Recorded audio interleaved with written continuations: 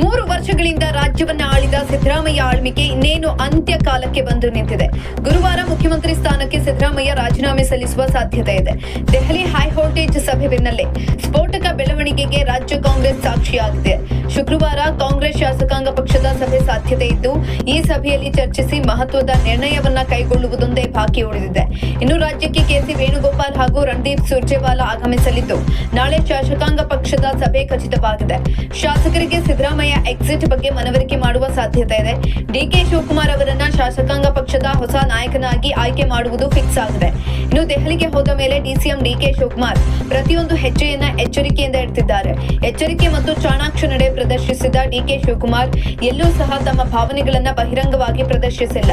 ಪ್ರಸ್ತುತ ಬೆಳವಣಿಗೆಯಿಂದ ತಮಗೆ ಸಂತೋಷ ಆಗಿದೆ, ಜಯ ಸಿಕ್ಕಿದೆ ಅಂತ ಎಲ್ಲಿಯೂ ಬಹಿರಂಗವಾಗಿ ತೋರಿಸಿಕೊಂಡಿಲ್ಲ. ಮಾಧ್ಯಮಗಳ ಜೊತೆಗೂ ನಾಜೂಕಿನ ನಡೆ ಪ್ರದರ್ಶಿಸಿದ್ದು, ಮಾತನಾಡದೆ ಮೌನದಿಂದಲೇ ಕುರ್ಚಿಯನ್ನ ಗಿಟ್ಟಿಸಿಕೊಂಡಿದ್ದಾರೆ. ಸಿದ್ದರಾಮಯ್ಯ ಪದತ್ಯಾಗದ ಬೆನ್ನಲ್ಲೇ ಸಮಾಧಾನಕ್ಕೆ ಕ್ರಮ.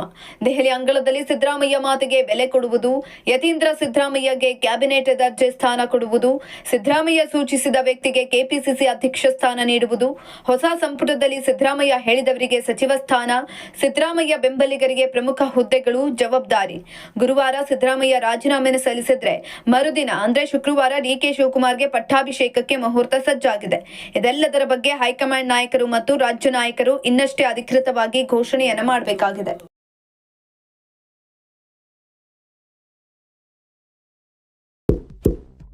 ಇಂತಹ ಇನ್ನಷ್ಟು ವಿಡಿಯೋಗಳಿಗಾಗಿ ಲೈಕ್ ಮಾಡಿ, ಫಾಲೋ ಮಾಡಿ, ಶೇರ್ ಮಾಡಿ.